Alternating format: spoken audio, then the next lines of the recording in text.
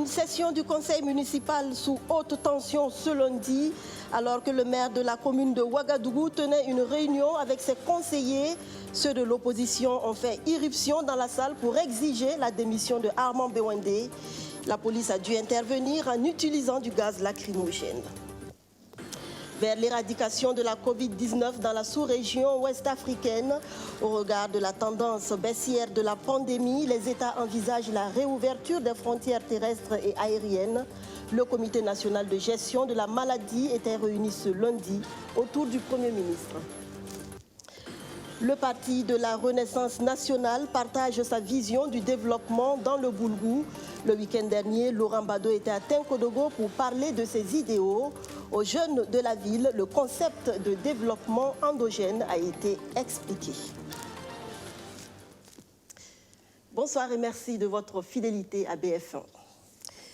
C'était une chaude matinée ce lundi au Palais de la Jeunesse Jean-Pierre Guingané de Ouagadougou. Une session du conseil municipal a été fortement perturbée par des conseillers de l'opposition qui réclamaient entre autres la démission du maire de la capitale, Armand Bewende, qui ne s'est pas laissé faire. La session a eu lieu malgré les coups de sifflet et les gaz lacrymogènes. Arsène Konditamdi.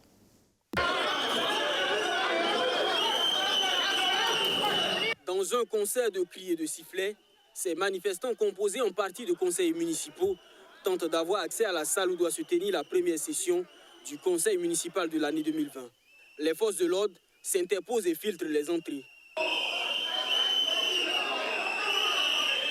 Et aujourd'hui, rien que les conseillers du MPP ont uniquement accès à la salle. La police nous empêche d'avoir accès à la salle pour discuter des questions à l'ordre du jour. Alors nous attendons de voir de quoi la suite sera faite. Mais nous sommes là ce matin sur convocation du maire. S'il ne voulait pas nous recevoir, il n'avait pas qu'à nous convoquer. On voulait que la police aussi se rappelle que tous ceux qui sont ici sont en majorité des élus de la commune de Ouagadougou. Et en tant que tel, nous avons le devoir et nous avons l'obligation même de participer à cette session. Les manifestants reprochent au maire de vouloir faire adopter les comptes d'administration gestion 2019. Des documents qui, s'ils sont adoptés, avaliseraient selon eux l'affaire des 77 véhicules parus dans la presse il y a de cela quelques semaines. Nous savions que nous votons pour que la mairie puisse avoir des engins, des voitures et autres. Et nous n'avons jamais su de quelle marque de voiture, de quelle qualité de voiture. Et c'est lui qui allait décider de tout le reste. C'est lui qui allait faire ce qu'il veut. Les prix, c'est lui, ce n'est pas la mairie. Donc aujourd'hui, nous ne sommes pas d'accord. Et nous disons une fois de plus que le MPP, c'est des gens comme ces gens-là qui vont faire couler Roch Marc Christian Kaboré. Aujourd'hui, tous les conseillers n'ont pas de carte. Tous les conseillers n'ont pas de carte. Donc on va comment? À l'intérieur de la salle, l'ambiance est tout aussi hostile. Les manifestants tentent d'empêcher la tenue de la session. La police est obligée de faire usage de gaz lacrymogène et c'est plus les conseillers qui en font les frais.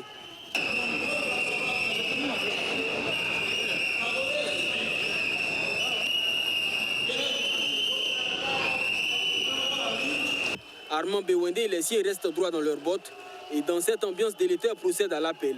Environ 140 conseillers sont présents, un peu plus que les 128 nécessaires. Le quorum est atteint, le conseil peut délibérer.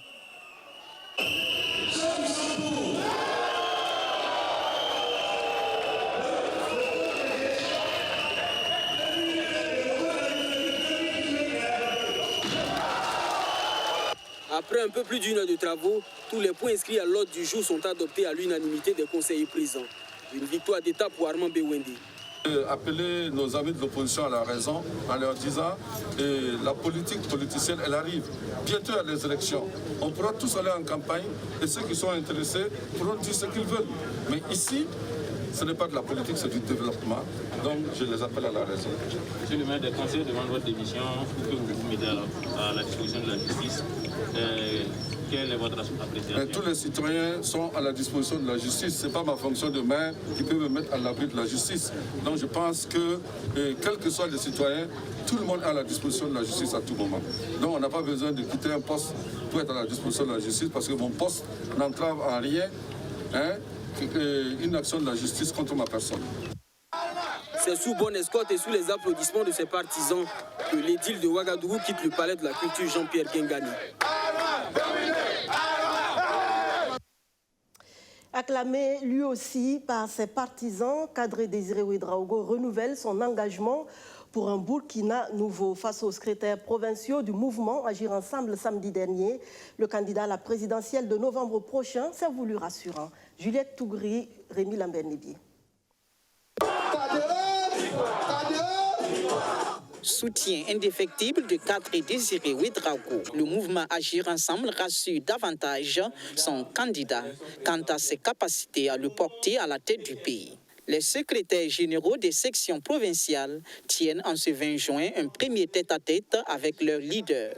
Le discours est galvanisateur et Kadri Désiré Ouédraogo réaffirme son engagement à agir avec l'ensemble de ses partisans pour le renouveau.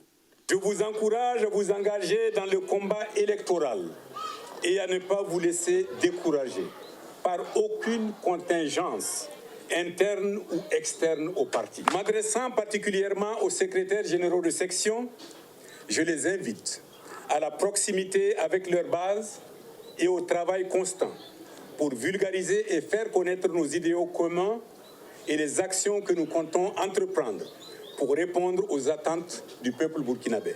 Pour Kadri Désiré Ouédraogo, les attentes du peuple burkinabé ne sont d'autres que d'être nourris d'espoir. Et il invite ses partisans à en être de fervents acteurs. En ce moment, aucun Burkinabé conscient ne peut trouver le sommeil quand il pense à ces hommes, femmes et enfants, civils comme militaires, qui perdent presque quotidiennement la vie à cause des attaques terroristes.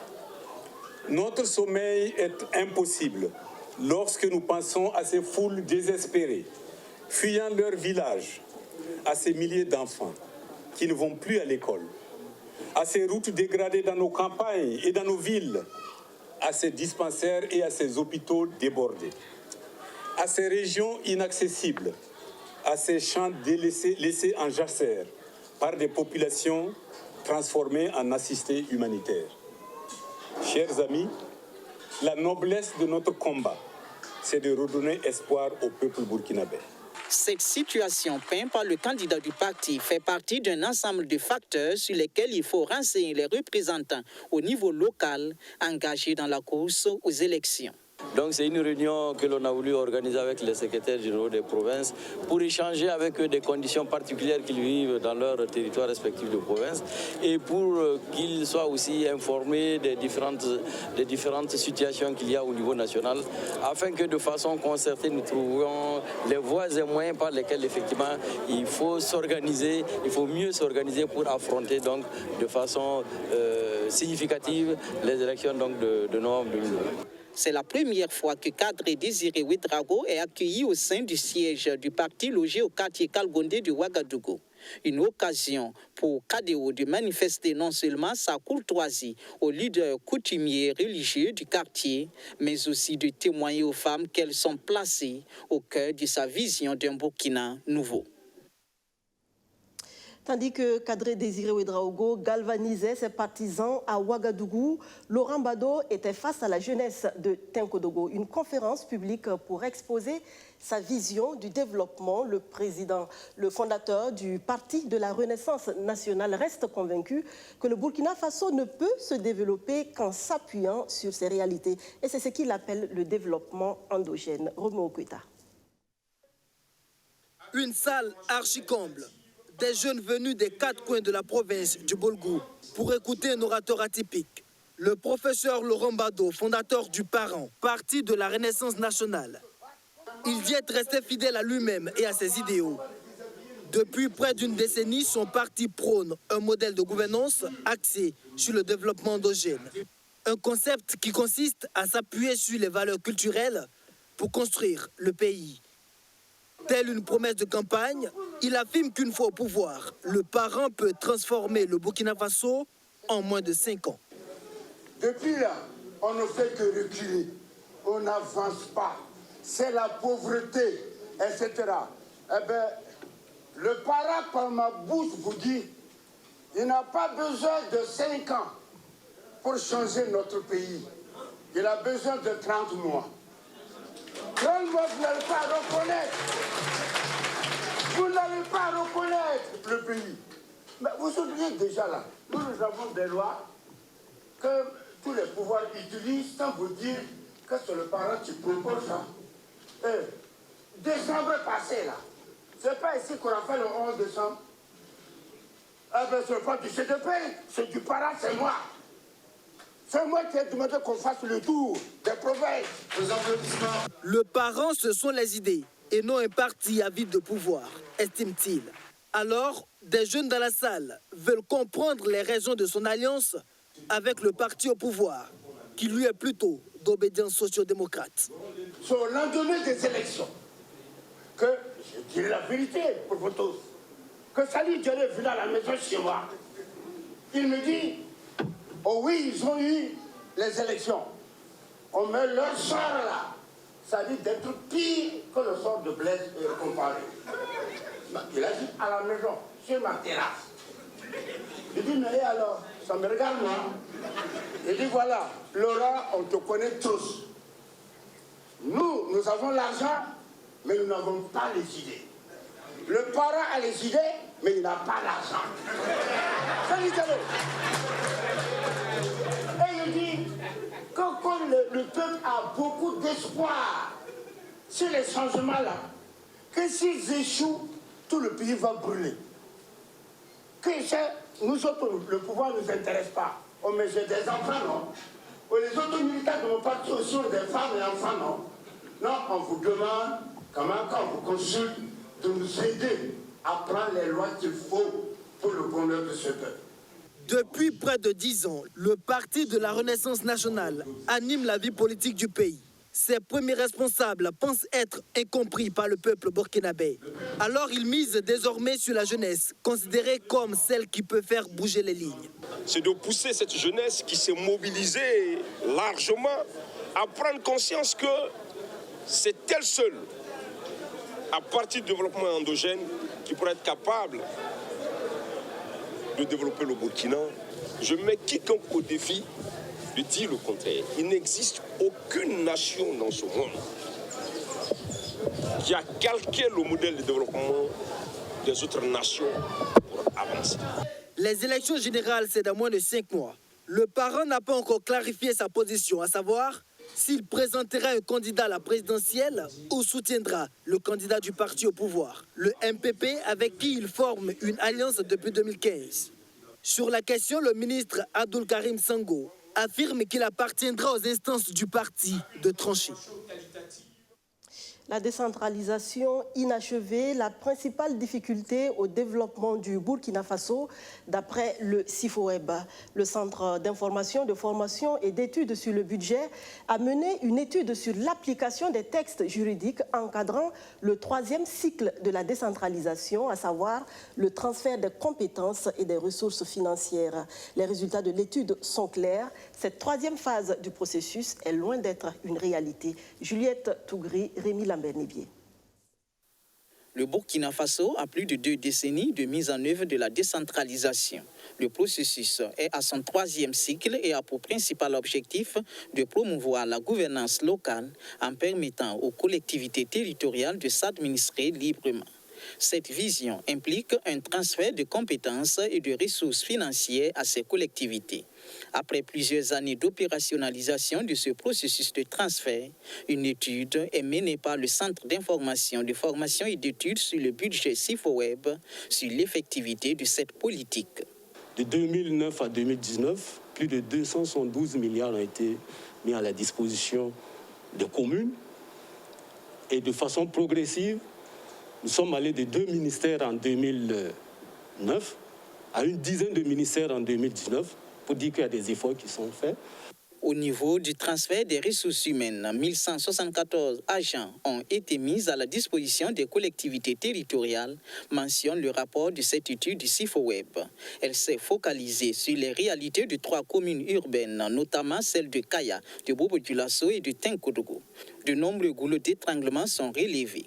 Le processus est bien plus effectif du point de vue juridique que dans son application. Peu de départements ministériels respectent leurs engagements. L'étude a relevé une réticence au niveau de certains départements ministériels qu'on constate. Des ressources, des compétences sont transférées, mais les ressources ne suivent pas pour permettre aux collectivités de mettre en œuvre ces compétences-là. C'est des transferts affectés. Affecté, ça veut dire on vous donne l'argent, mais on vous dit qu'est-ce que vous devez faire avec l'argent. Vous n'avez pas la liberté de faire notre programmation en dehors de ce que les textes disent. Si on dit de construire des écoles, et vous n'avez pas un besoin de barrage ou un besoin de puits, vous ne pouvez pas le faire.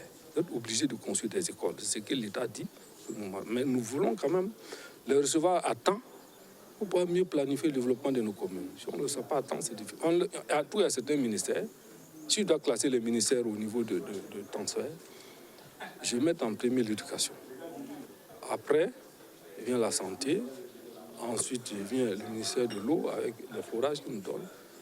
Et le ministère de la jeunesse, la culture. Voilà les 5 ministères qui nous avons les transferts effectifs pour pouvoir, en tout cas, les autres ministères, infrastructure, environnement, on ne reçoit pas de, c'est eux-mêmes qui exécutent à partir centrale. Sur 11 blocs de transfert régulier de ressources financières, la commune de Bobo-Dioulasso, par exemple, ne reçoit que le transfert de 6 blocs et celle de Kaya 5. C'est pourquoi le CIFOWEB recommande l'adoption de la loi de programmation financière. L'étude a proposé qu'il y ait une accélération dans l'élaboration de la loi de programmation financière qui va permettre une prévisibilité des ressources à mettre à la disposition des collectivités territoriales. C'est également de voir en sorte que le principe de subsidiarité soit respecté. Parce qu'il y a des départements ministériels qui continuent d'exécuter, de mettre en œuvre, d'exécuter des dépenses publiques en lieu et place des collectivités territoriales. L'étude recommande également l'ancrage de la veille citoyenne au sein des collectivités afin de faire de la redevabilité un principe de gouvernance locale. Pour le CIFOWEB, cette étude vise à susciter le débat au niveau national sur le processus de la décentralisation au Burkina Faso et devra servir d'instrument pour interpeller l'État à respecter ses engagements en matière de transfert de compétences et de ressources financières. Le tandem Juliette Tougri-Rémi Lambert-Nébier nous propose à présent la chronique économie.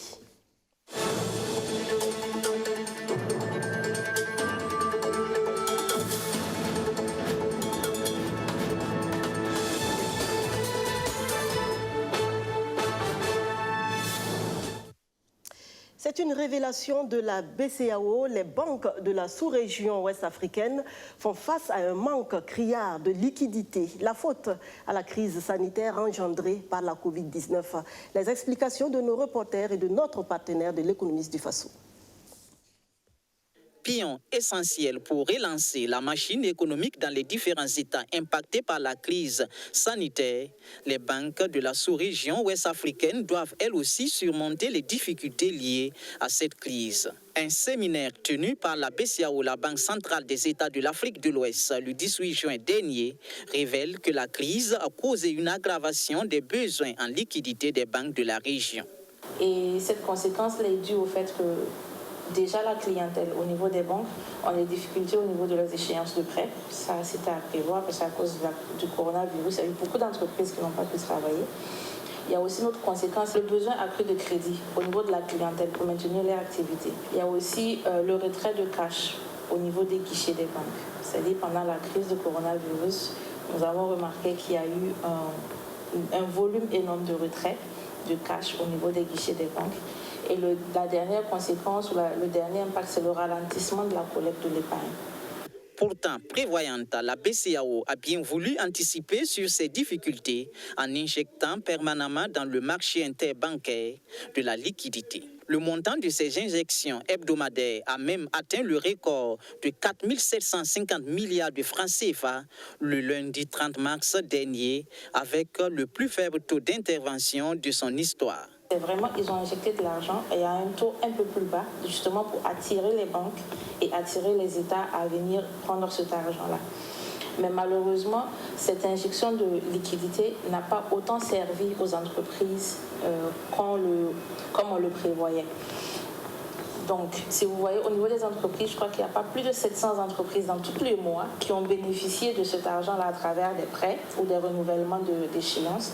Mais la plupart, le plus gros de ce montant injecté par la BCEAO a servi justement à sauver l'économie, à donner aux États de l'argent frais pour pouvoir tenir. C'est ce qui explique toujours qu'il y a cette demande de liquidité au niveau des banques.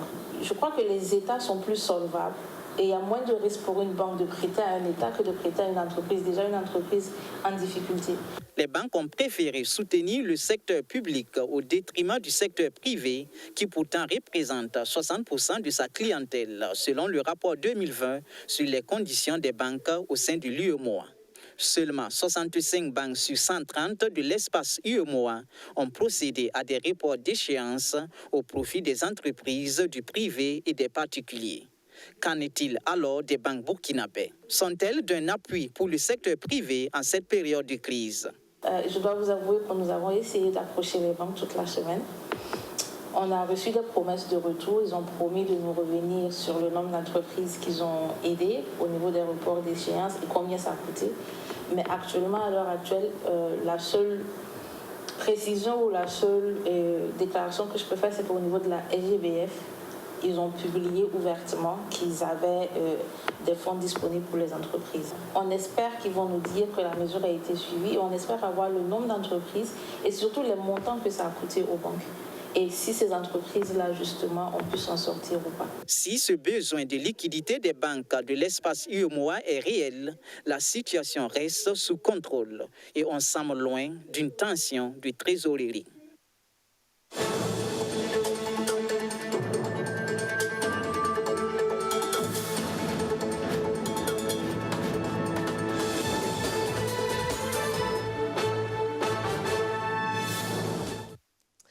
Une bonne nouvelle tout de même pour la sous-région ouest-africaine.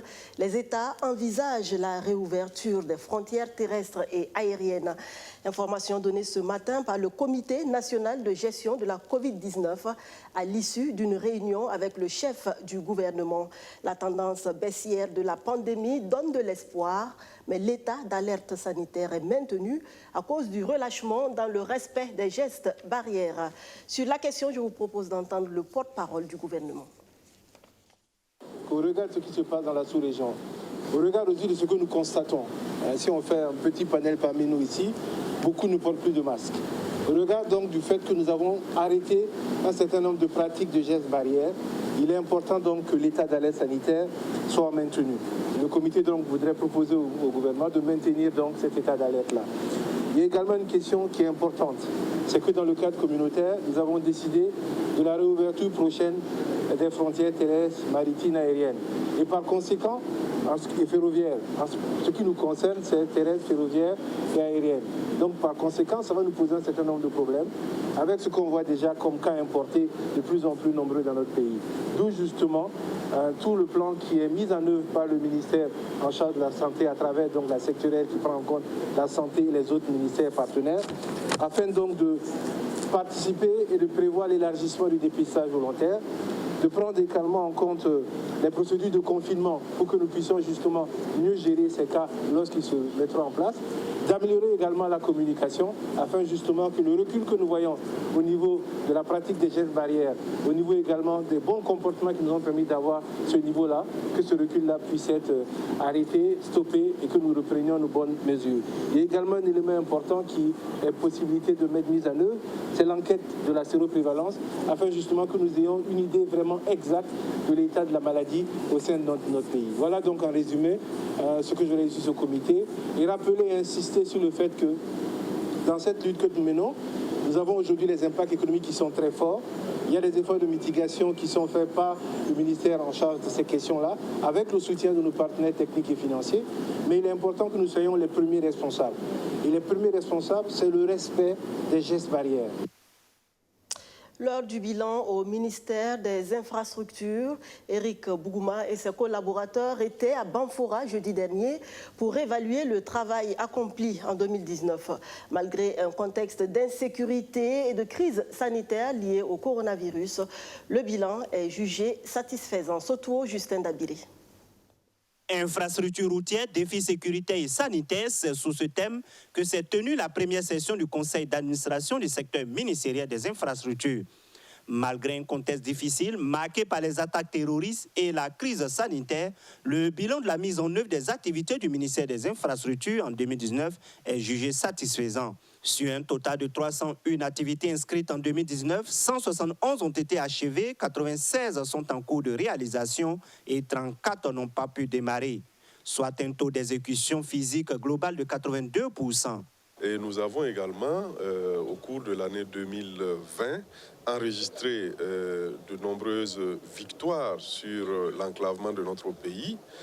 Nous avons lancé un certain nombre de travaux importants qui se déroulent assez bien. Il y en a qui se déroulent même très bien. Nous avons également en instance de démarrage d'importants projets tels que le projet de modernisation des postes de péage au Burkina Faso est un projet qui va nous permettre non seulement d'assurer plus de sécurité aux usagers de nos routes, mais aussi de mobiliser plus de recettes pour l'entretien du réseau routier national. Cette première session du CACEM des infrastructures a été marquée par plusieurs communications, notamment sur la modernisation des postes de péage et l'impact de la corruption sur la qualité des infrastructures. Luc Marius Ibriga a souligné dans sa communication que le ministère des Infrastructures a un grand risque d'exposition à la corruption institutionnelle. Pour cela, il faut véritablement qu'on mette en place des mécanismes de prévention, de l'occurrence des actes de corruption. Pour cela, il faut de la transparence. Et l'équation que j'ai eu à donner, corruption égale monopole plus discrétion moins supervision, doit permettre de comprendre qu'il faut que l'on mette en place des mécanismes de prévention. En marge de ce premier CACEM des infrastructures, le ministre Éric Bougma a échangé avec les forces vives de la région des Cascades avant de faire le tour de certains chantiers entrant dans le cadre du 11 décembre 2020.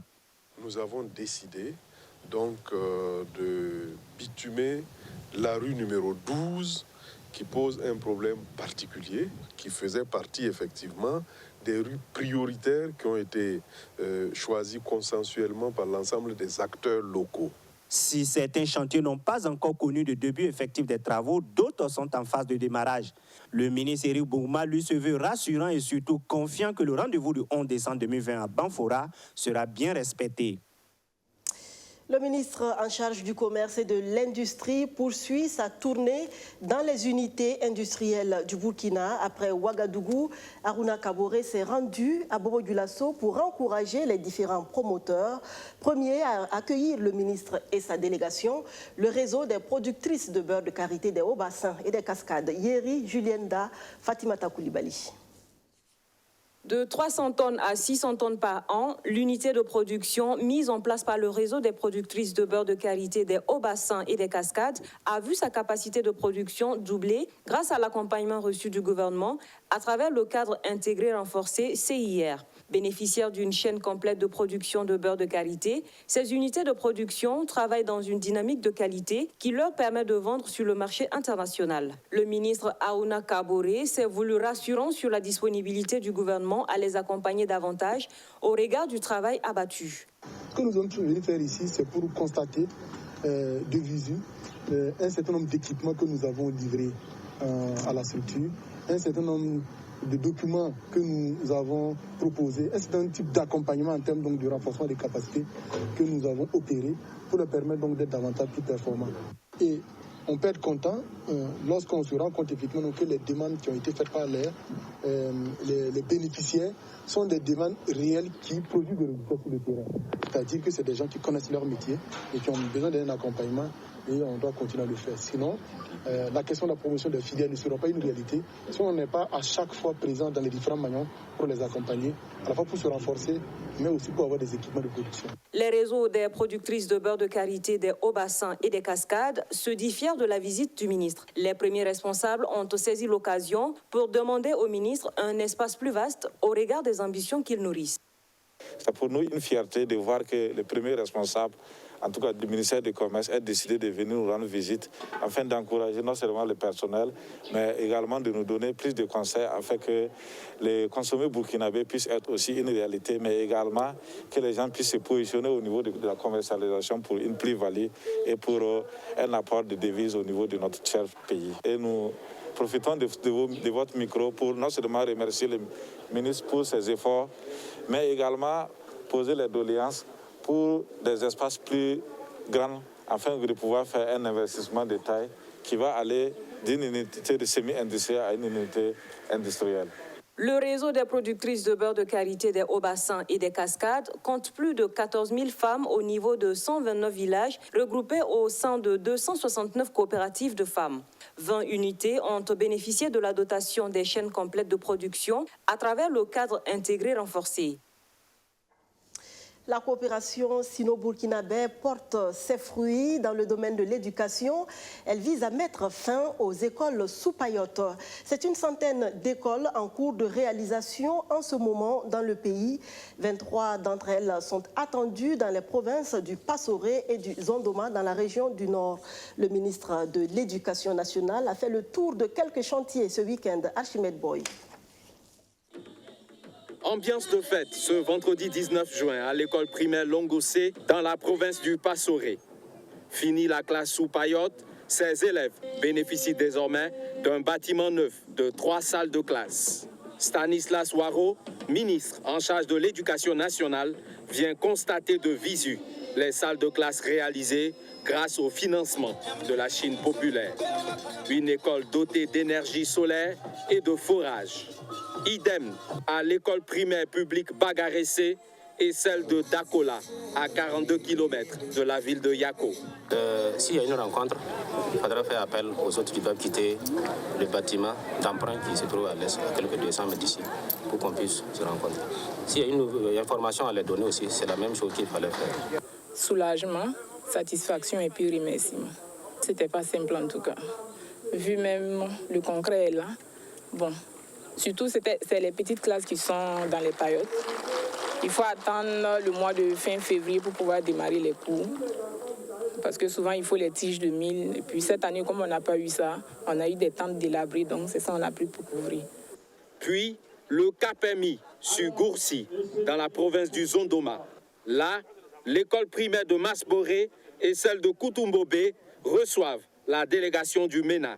La satisfaction est totale pour le ministre en charge de l'éducation nationale.